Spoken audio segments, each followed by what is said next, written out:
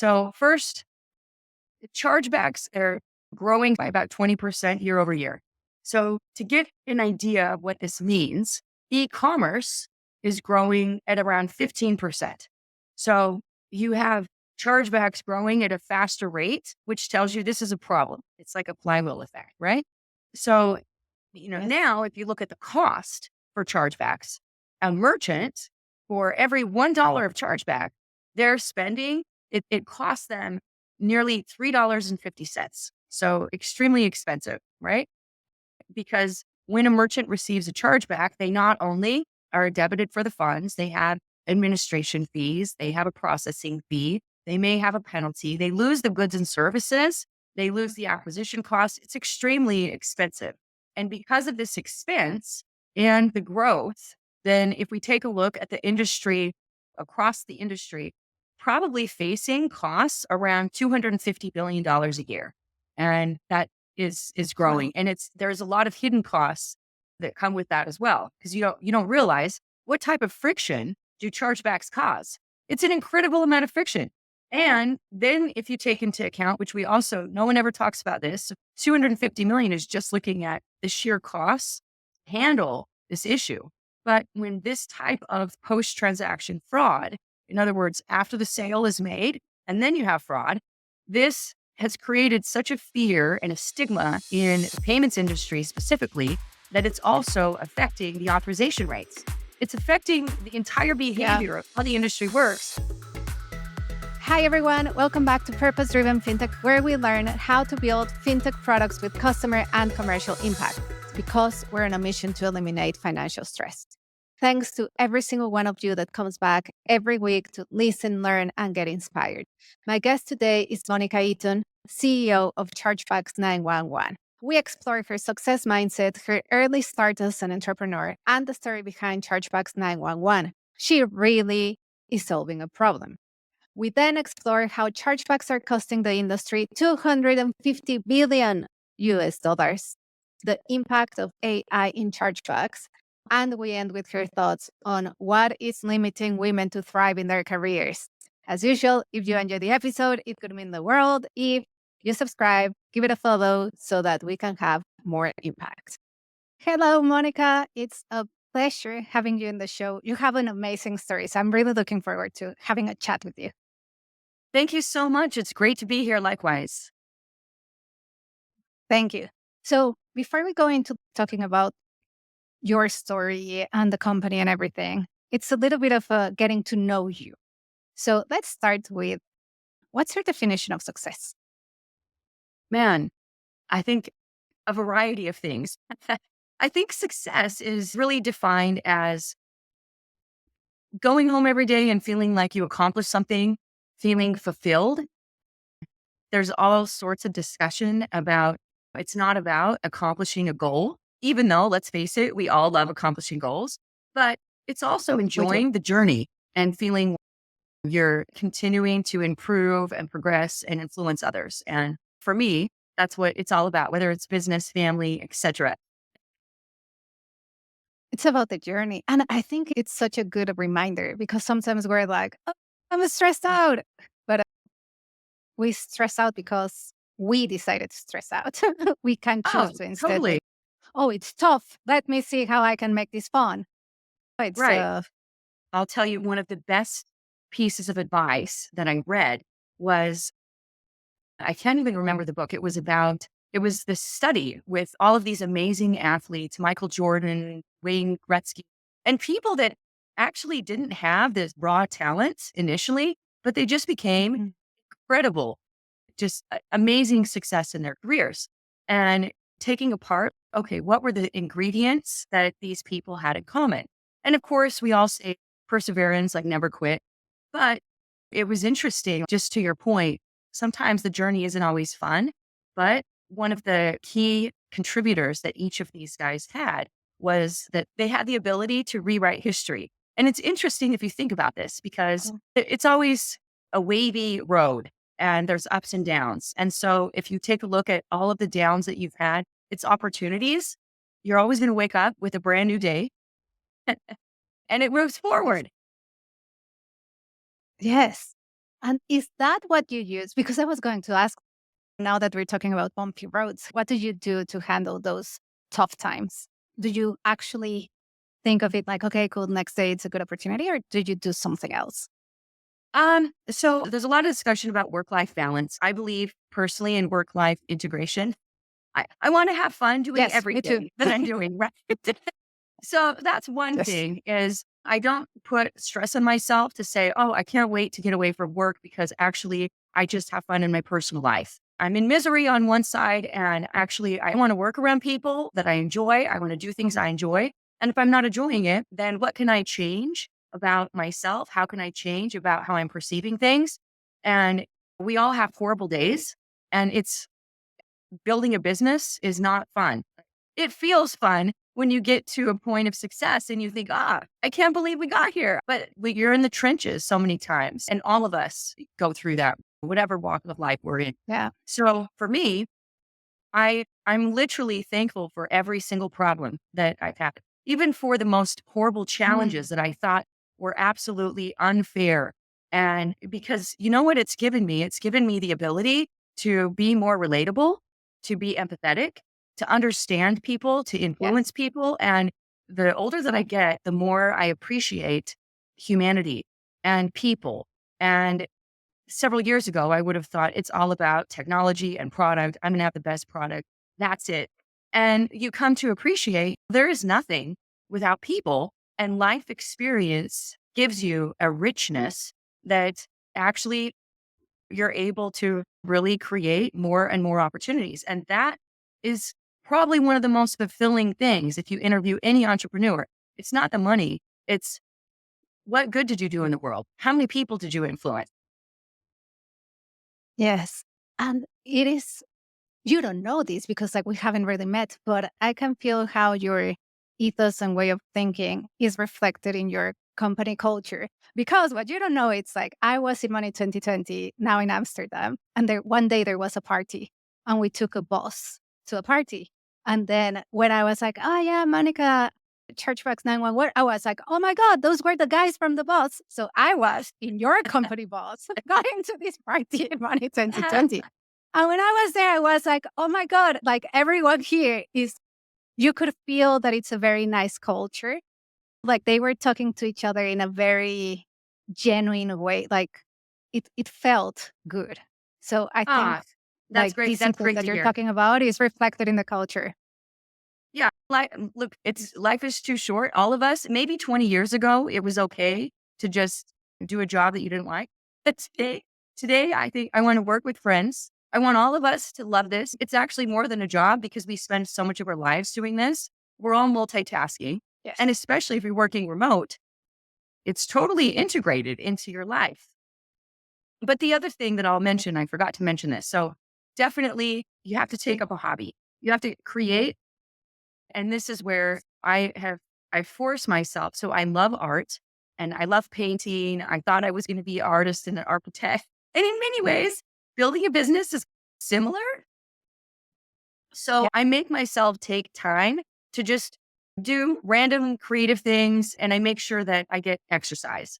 But it could be anything like somebody could go on for walks on the beach or read books but I think you have to just find something that, and not just something that you're going to say, I'm going to force myself to spend X amount of time, something that you can sink your teeth into, like your other job that you want to continue to develop skills because it creates a nice balance of fulfillment. If I paint a picture and I challenge Yes. myself for some reason, like even if I had a bad day, I can say, but you know what? Look at this picture that I did this weekend. I made it. I felt like I was doing Yeah. it. No, but it is so true. Like for me, that thing for me is the podcast, right? I may Yeah, be like, oh, I don't know, bad week. And I'm like, oh, but I published my podcast. It makes me feel totally. good. Yeah, it's Like it totally. does make you feel good. Yeah. Yeah. Cool. Okay. So I'm loving the chat and we have not even started. This was just like a getting to know each other as humans.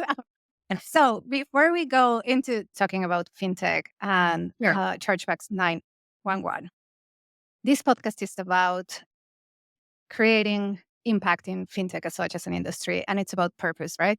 And how can we can build better products. So, in your opinion, as an industry, how can we create more purposeful products? What do we need to do? So I think that a few things.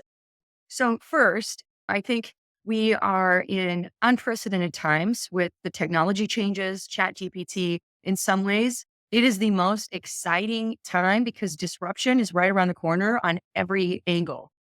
But where there's a lot of opportunity and problems like that, it's one of the things that scares me to death, right? Because you just don't know. There's just so many different variables.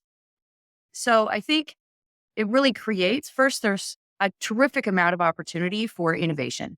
And I Mhm. think it's not as much about technology. Technology has a huge play, but it's more about connections, understanding, know-how, collaboration. And this is something that is missing in fintech. And if we look at, for example, just comparing the US environment to the European environment, and even, you know, the payments industry, even though it's the same payments industry, it is so drastically Yes. different that there's alternative payment methods, there's more open banking and vice versa. But what we find is often these two entirely different geographies, even though they're connected, they maintain such a realm of independence and autonomy that we don't actually benefit from learning on how things connect. The US, I can say, is light years behind the UK. I lived there, right? So, like, we were using contactless in the UK consistently. In the US, it's like a new thing. At EMV, alternative payment methods, open banking, and even GDPR. But there's a lot of new progressions and innovations and in technology, and we need to include, we really need to now, there's no such thing as borders around the world. It's No, borderless. no. If you do business today, you do business with the whole world. You're open for business 24/7, 365, and we are all connected. There's no way to divide us into swim lanes. So we need to collaborate more. And likewise, stateside, lots of advanced technologies for checkout processes, authentication processes, like different ways to create smarter advertising, more intelligent advertising, knowing your customer. And so there's plus points and minus points in each and opportunities to improve. But I think that's probably the biggest factor is recognizing, look, we're only going to have a solution as good as we understand the problem. And it isn't just two endpoints, it's a pyramid. There's all sorts of endpoints. And whoever understands this the Yes. best is going to solve the problem because otherwise you don't solve the problem. So I think, yeah, this is a way that we can solve things. And then last thing I'll mention, so the scary thing for I think a lot of these cottage industries is people are afraid of change, of course, but there's also some fear with the demand and growth of transparency. So it used to be number one thing that you need in fintech is security. Everyone cares about security. Then it's no, it's security and we want it faster. Then we want it, okay, secure, faster, and better. And today it's secure, faster, better, and transparent. And that transparency and Transparent. efficiency means there's going to be stress on complete business units that actually have made money on ignorance and made money because there's black boxes in certain areas. And so those companies, like I always think of Netflix and Blockbuster. And we are at an age now where any company that is in payments needs to adopt the philosophy you are also in fintech and you need to pivot because otherwise you'll become Blockbuster. It's Yeah. yeah, you can't operate with the same mindset. You have to challenge that status quo. Yes. And I love that you use the word mindset because I'm loving your mindset as such, like just in these short minutes. So, just like exactly, you have a very powerful mindset and your story is very unique. I was like, oh my God, like, which mindset did she have back then when she was like building a business since a very young age? Yeah, so I But sold my anyway, first business when I was 19, and then and I didn't even it was accidental. I wasn't even thinking of it. It was all about that journey. I just wanted to do something fun and see what I could mhm, accomplish. and raise the bar. And to me, that was fun. And what motivated me as well, there's three types of motivation, right? For any human being. Yeah. And we all get motivated by people cheering us on and saying, hey, good job. We get motivated by a coach that says, you know what, you can do better. And then some of us also get motivated by someone that says, you know what, I don't think you could do it.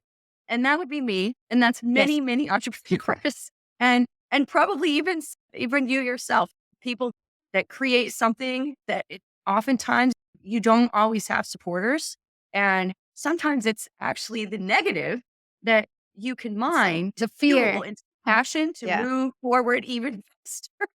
It's like the best cheerleader you can have. Yeah, no, but it's true. And I think we've heard that from many entrepreneurs. It is not just the positive drive that takes you, it's the fear and it's the ego that, exactly like you said, in many cases, it's like, oh no, you said, I cannot do it. Let me show you. But Right, it is exactly. that quote unquote negative emotion. Yeah. So then how did Chargeback 911 came to life? Speaking of the negative emotion, that was pretty much what started it.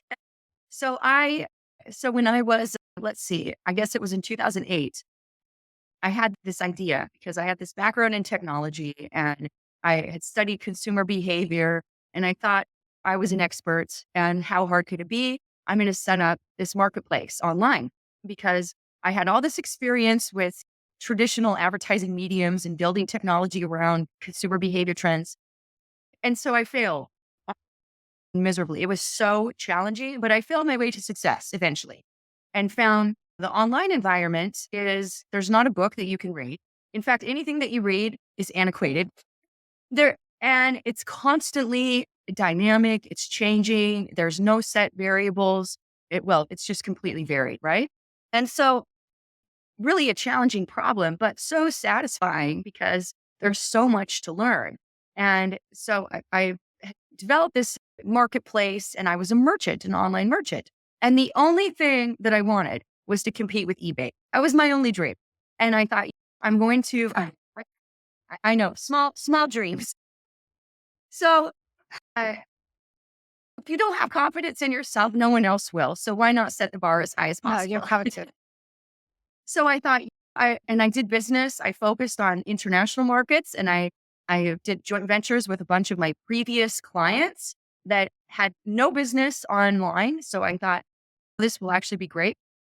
Every time that I would get to a point where now, oh my gosh, I'm ready to celebrate. We finally are out of the red. Then I would get hit with these chargebacks out of nowhere. My bank would get drained. I'd have to go get a loan. It was a nightmare. And when you get a merchant account as an online business, no one tells you about chargebacks. And as a merchant, as a business owner, the only thing that you care about is, okay, I need two things. One, how does this work? I just want to charge a customer and refund a customer. Then I'm set. That's all I need you for. Yes. So we were getting like all these chargebacks and I didn't know what they were. And I would get one account closed, another account closed. And it was like this Achilles heel that I couldn't, and anyone that I talked to, they didn't give me any insight. I would get feedback like, Monica, what you need to do is just refund more customers. You need a new fraud filter. I was using 2 fraud filters. I hired 2 consultants. I was following all of this advice. And the only thing, and I even did the stupidest thing, like you realize when you start to doubt yourself, not only are you succumb to that doubt, but you abandon all common sense. And, and so That what is I true. did is I said, I know how I'm going to get rid of chargebacks. Everybody says to refund. I instituted a policy with the customer service center. I said, every single customer that calls, they will not get off the phone unless they're refunded.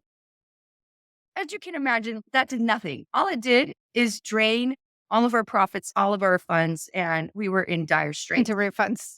Yeah. So I thought, to your point, speaking of ego, you have to have a pretty decent ego. And so I grappled with the idea. Do I just want to succumb to failure that I can't solve this problem that clearly everyone else in the world must solve because I can't find anything about it online? Or am I going to dig my heels in and figure out a way? And everyone told me there's nothing you can do. So of course, plan B, I'm going to figure out a way. And so I proceeded to do what everyone said not to do, which was, okay, I'm actually now adopting common sense principles and I need to find where the hell these chargebacks came from. So I'm going to call every single consumer and find out, why did you file a chargeback? And I set up this survey, and then I contacted my friends that had chargebacks. And this was very early on. I didn't know anything about PCI compliance. And I surveyed them as well. So we codified all the statistics. And the good news was, I was my own worst enemy. I was creating all my own chargebacks, and I didn't even know it because I had used affiliates. I didn't know what they were selling. I also had all these packages that were getting stuck in customs. I didn't know about it. And what was the biggest problem is that the description that was showing on the consumer's credit card statement was my fax number, which no one paid attention to. And so this is why, Of course. I would never get phone calls. I never had this is why it was just problems. So then I contacted the issuing banks. I contacted some banks in the UK. Didn't know that you weren't supposed to, as a merchant, they don't talk to anyone. And I developed relationships with the managers of the chargeback departments. And literally, I would receive spreadsheets every day of, it's crazy, like full credit card numbers, like everything, because it's people, right? Oh, It's wow. like, I'm like, oh, wow, yeah, that is not I didn't possible. think that, right? This is way before anyone cared about privacy. And so bottom line, I solved my chargeback problem, and I found out that 86%, all of the customers that filed chargebacks, they never contacted us. And they actually weren't trying to steal anything, but they just didn't know. There was no education. And and so I started just developing software, and we codified 106 different rules, developed a system. And the only purpose that I had is I just wanted to get out of chargeback hell and focus on things like improving the customer experience, improving products, growing the business. And then something crazy started happening. And the banks that had shut my account down called me and offered me new accounts. They're like, we don't know what's going on with your account, but like, you're recovering money from chargebacks. Your chargebacks have almost gone to nothing. What are you doing? And I started getting referrals from different banks, even risk managers whom I didn't even know. And I discovered that these risk managers, they all talk to each other. I had no idea how tiny this network was. Mhm. And they all talk to each other. Yeah. And so one of the businesses, I started helping these businesses and just giving them advice. Frankly, it was therapy every time that I talked to them, because it was like, I share your pain. Let me tell you how to And fix let me this. help you. Totally. So so one of them was an enterprise merchant, this huge enterprise brand. And I thought, I think I could do like consulting. So I poured my heart and soul into just letting the whole world know about all the things that you can actually do. And I created this website. And with a name like Chargebacks 911, you have to know I had no vision of doing anything professional. I was not interested in doing business with banks. I hated banks. I saw the whole world as an enemy, and I was a victim. And all I wanted to do Oh, wow. is stand up for merchants and say, you can do something about this. Here's everyone. You think everyone is against you. They're not. Here's what you can do. I'm actually going to be a voice, and I'm going to rally attention on this. And so just one of those crazy stories. Within a matter of weeks, I was contacted by the New York Times and then the Wall Street Journal. And I did these interviews. Thought this could go two ways. Either I should probably change my name. They may hate what I'm doing, but I think the world needs to know that this isn't a taboo. It's a problem. And just because a merchant Wow. receives a chargeback, maybe they didn't do anything wrong. And just because a consumer files a chargeback that they didn't realize, they maybe didn't do anything wrong. Like, the whole thing is just misunderstandings, and we need to solve this. So I had a slew of interest from those articles, and then decided, you know what? Actually, I'm going to build a chargeback platform for merchants. So that was how Chargebacks 911 was born. And a few years later, I discovered that everything I thought I knew about chargebacks, I actually didn't know very much at all. Because as you continue, especially in this industry, change is just rapid. But then I discovered, Yeah. wow, you know what? Actually, banks are not the enemy, and the card networks are not the enemy. The enemy is ignorance and a lack of transparency and a lack of Yes. data, not understanding things. a lack of collaboration and bias and fragmentation and all this. So about maybe 7 years ago, moved to the UK and decided I wanted to build a solution for financial institutions and looking at payments and the way that things are growing. I really want to solve this problem. And so I need to go upstream. And it's a problem that affects everyone in the industry. And if you look at the US market, is one currency, not a lot of alternative payment methods. Whereas internationally, different challenges, different problems. And when you build software, you want the most complicated problem to solve for. So yeah, fasting forward, I back to the States Yeah. and am having lots of fun solving new evolving problems as well. Good. So for anyone listening, like how big is the chargeback problem if we were to put a number to it?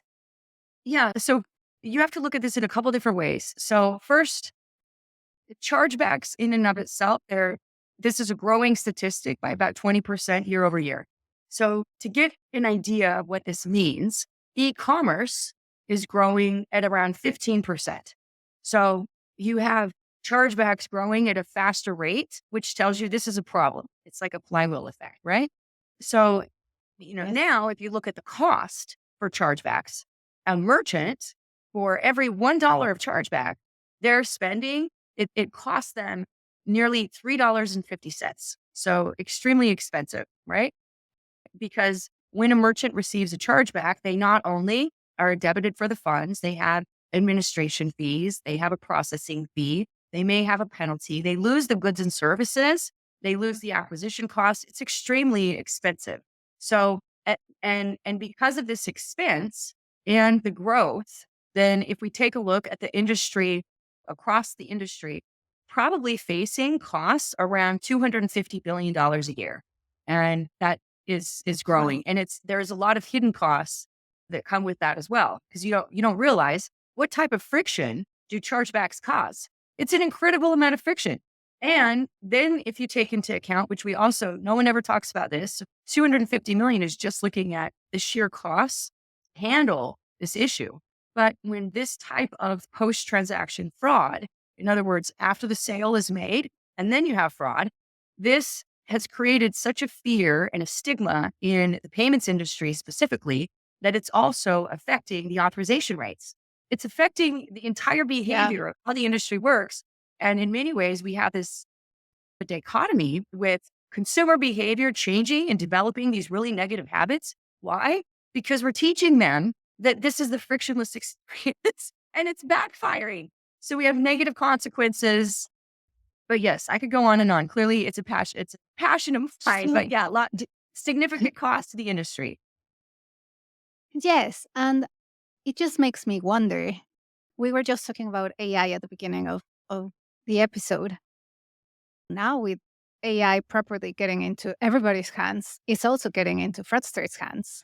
Yes. How do you see the impact in the whole chargeback process? With AI, I think that because the majority of chargebacks today are fueled by human behavior and not AI, right? So at some point, maybe we can get AI to penetrate people's brains, but today we're not there.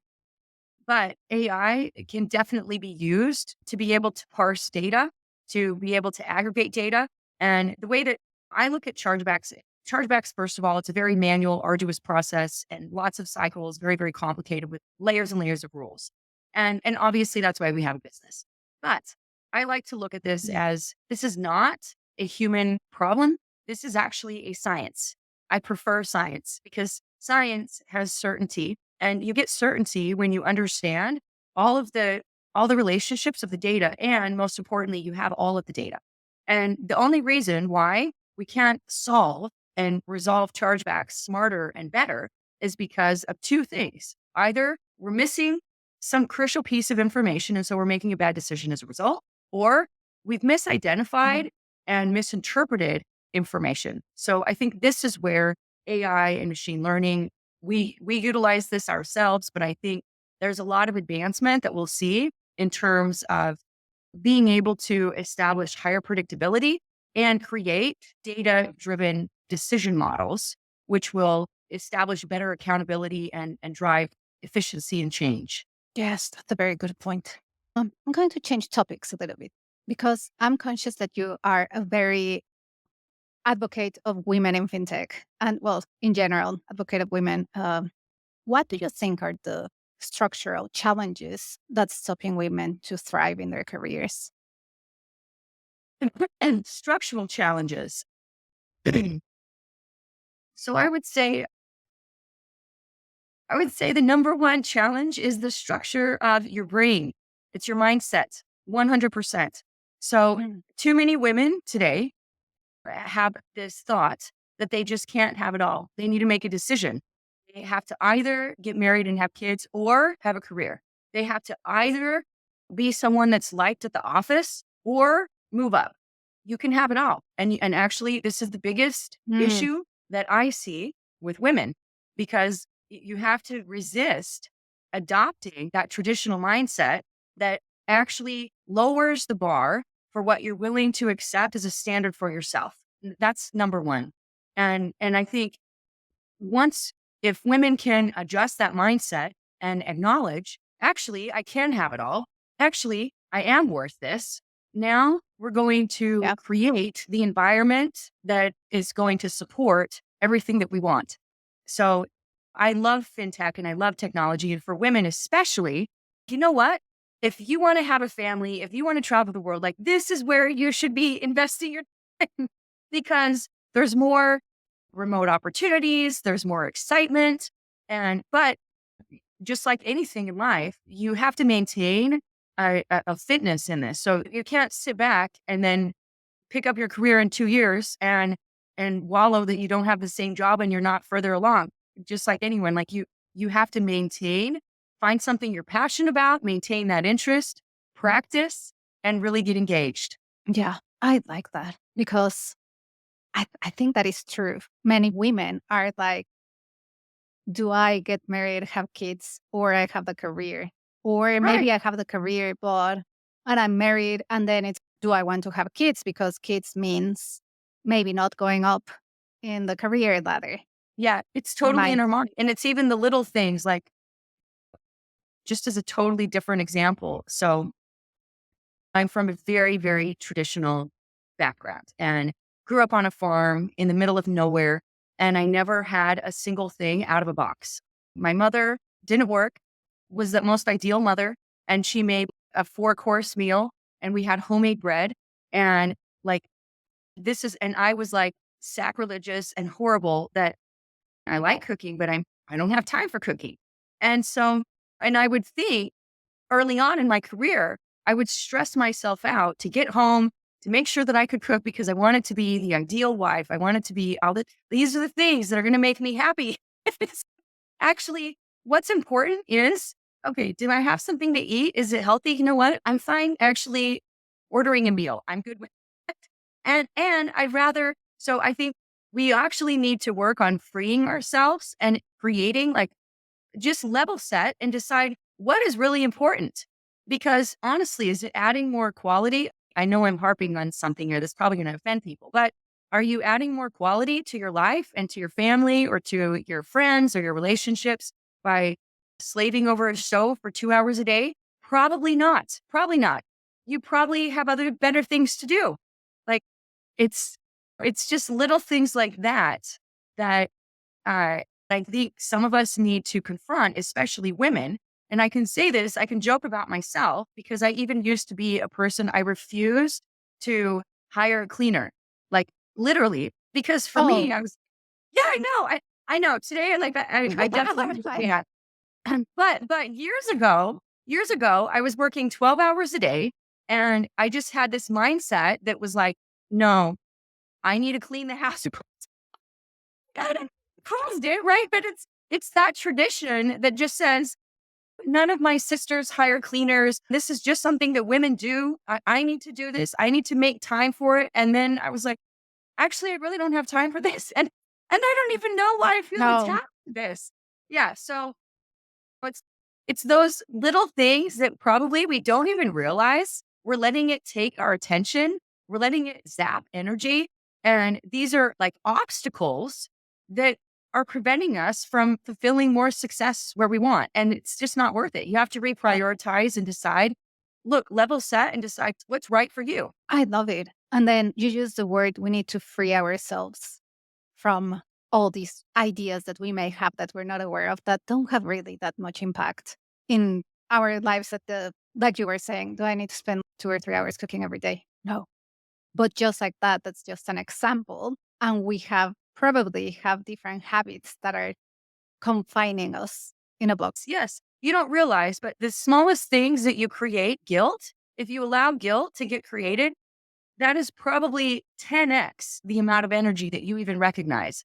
Because imagine if you just could allow yourself not to feel guilty for anything and just focus on the things that you care most about. I think that's the challenge that we need to get ourselves to, where there's not resentment, there's not guilt. You let go of the past and you figure out, actually, I have all of my energy and all of my focus in creating the best version of today that could ever exist. And where we need to get to as a society as well. I love that. And I think that is the best way to finish the episode. It's just like very empowering at the same time. So, Monica, thank you so much for your time. Where can we find you and more about Chargebacks 911? So, the best way to find us is just simply visit our website, and that's chargebacks911.com. And if you're a financial institution, you can go to fi911.com. And then you can visit me online at monicaec.com. Thank you, Monica. It was an amazing pleasure having you in the show. There was like so many pieces of wisdom in this conversation. So really appreciate it. Likewise, it's almost like we've been friends for a long time now. It's been great talking with you. And yeah, it doesn't feel like work, which is a good thing. I know. That's why I do this, because it's definitely something very fun to do.